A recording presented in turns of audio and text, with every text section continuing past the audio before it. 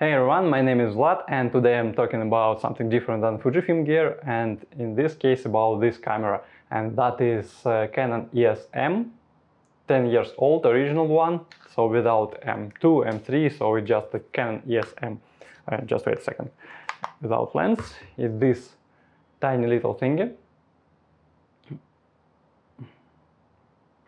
And that is, I have quite a difficult relationship with this camera, because that is the third time I'm trying to shoot video on it, and every time I learn something new and my opinion kind of changes. Something became better, something became a bit more difficult to deal with, but this one is really interesting camera, and everything thanks to the Magic Lantern software, which lives on a SD card. If you don't know what that is third-party firmware software. I'm not really sure how to call it correctly, and this gives you opportunity to shoot in a RAW format, so you getting this MLV format, which you can later convert to S-Log3, for example, or maybe some other logs or Cinema DNG, well, Rec 7 or 9, it doesn't really matter. So you have really big advantages shooting and editing it in post. And rather than talking about specs of this camera, what this camera can do, what this firmware can do, I want to talk about a small project, what I've done and what I've learned while doing it. What I had this camera, Canon EOS-M, this lens 28mm f2.8, this is M42, fully manual vintage lens, and that is really nice lens in my opinion, but I haven't had a speed booster. Right now I have a speed booster. And you can see some shots on the background, and it was a kind of low-key setting.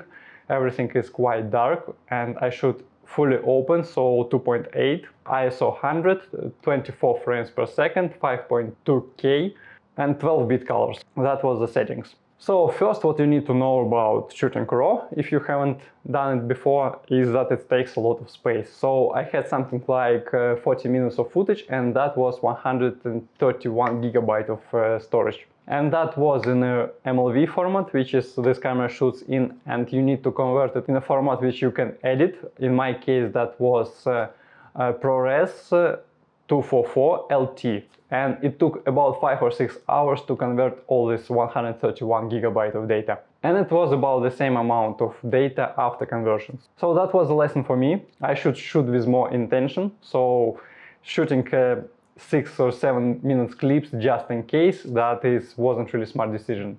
Because as I've said, it's 40 minutes of footage, and in the final project I had just over 2 minutes. Originally it was supposed to be like a small documentary with a narrative, maybe a kind of like interview shoot, but I've decided to keep it simpler and just made a small cut into with some kind of logic in it. In my opinion, this camera handled low light pretty well. It was 2.8 aperture lens, which is quite fast, but not extremely fast. It was completely dark, it was dark outside, it was dark in the room, all the lights were off, except of the small LED light, which is this small LED light, which is here on the background. It was pretty dark, and yeah, there was some noise, but I kind of like the noise pattern, and I kept it. Well, one of the reasons why I kept it is because I haven't had an ability to reduce it in DaVinci, because it is a feature of the premium version and I have a free version of DaVinci, so I left it.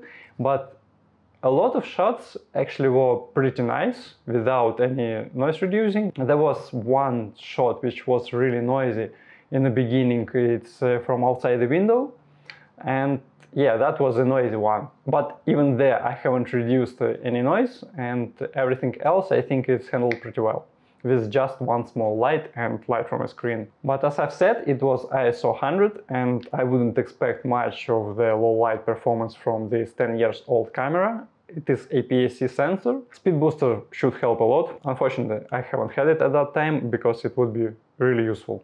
The great thing about this camera and shooting RAW is that you can edit everything in post really well, and I'm talking mostly about color grading, and I'm not really experienced in this, and that was my, well, apart from a few small tests, that was my kind of first small project with color grading, where I tried to keep consistency, where I tried to keep it kind of cinematic, if you can say that, And I think it was, well, it was quite successful, I think, because I like the colors, I like the look which I got from it, and that wasn't really difficult. I had 12 bits colors, which is converted to ProRes Photo 2 LT.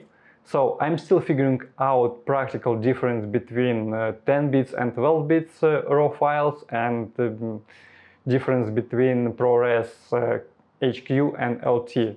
I had still some space to stretch colors, so it was really flexible, and I really like the process of color grading in DaVinci Resolve files from this small little camera. In the beginning of the video I've said that I've changed my mind about this camera a few times, and latest change was to the best when Crop Mood build been released for the Magic Lantern software. And what is a big improvement is they added 2.8K real-time preview, so it's really easy to monitor your footage shooting 2.8K, and that is one of my favorite modes. As I said, I haven't used it a lot, but that was the reason why I decided to pick this camera again and shoot more, and decided to shoot this small project. I started to like 5.2K. I didn't really like it before. It was really convenient that there is no crop when you shoot footage, so it's a native 1.6 crop of the APC Canon camera. I shoot everything 5.2K. And I find it really nice. So now I like to switch between these two modes, 5.2K and 2.8K, and I practically get two focal lengths out of one fixed lens. And 2.8K, I think it's actually even a bit sharper than 5.2K. We can talk about it in another video. But what I want to mention that if you only shoot 5.2K or this 5K anamorphic RFTP mode, maybe there is no point to upgrade, because I feel that this build is a little bit less stable, because sometimes I would get errors. Sometimes it would just stop recording, even if an icon is a green one, so there is no problem with the write speed. But it would show me some errors and would stop. Sometimes on some clips I would be missing audio, so that was unexpected, but you can't really expect it to be 100% stable, and that wasn't a big problem. But yeah, that was definitely a lesson, that you need to keep an eye on the recording state and monitor your audio. Just to mention it, in both of these cases external monitor helped me a lot, and this thing works really well with external monitor, including on 2.8 modes, because before on the previous builds, because there wasn't real-time preview, external monitors wouldn't work really well as well. So right now it works on both high definition modes like 2.5 and 2.8K, 3K modes, and it works on anamorphic mode like 5.2K as well, so it's really nice. Also there is 1080, almost 60 FPS mode as well, a new one. So it is really nice build, but as I've said, I feel like it's a little bit less stable, but it's new build, so it is expected, it will be improved. I keep an eye on it, and I'm looking forward. What else can we say about this camera and my experience shooting this kind of small project? I can say that the battery on it is not terrible. It is just a small LPE. Yeah, this is just a small LPE12 batteries, and they work pretty well, because I managed to shoot, I would say this 40 minutes of footage, it was more or less on one battery. Also in a previous build I used to shoot something continuously until the card was full, so I managed to fill all 128 GB. It was again about 40 or 50 minutes of footage, and that did it continuously without overheating. It was quite hot, but it did not turn itself off, so I filled the whole card on, and the battery, it was enough to shoot all this 40 or 50 minutes. So I would say it's pretty good battery life out of this camera, and just one battery. Of course you can get a dummy battery and get external power, or you can just have a few batteries. They're quite small and quite easy to change. Let's also quickly talk about screen on this camera. It is not great.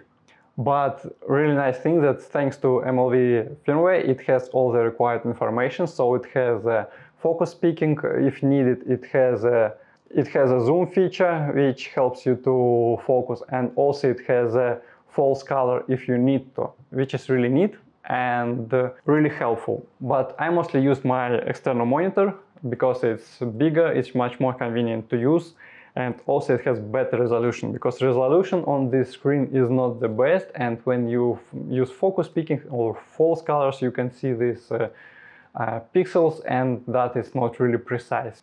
Also, this screen is fixed, so yeah, external monitor definitely helps. So that was it. I wanted to keep it short, and hopefully I covered everything that I thought about this project and this camera. Any more detailed information I'll cover in future videos. I'll talk about the MLV software, I'll talk about how I'm using this camera, maybe some kind of minimal rigging on it, because I don't think that you need a huge rig for this. That is not the point of this camera.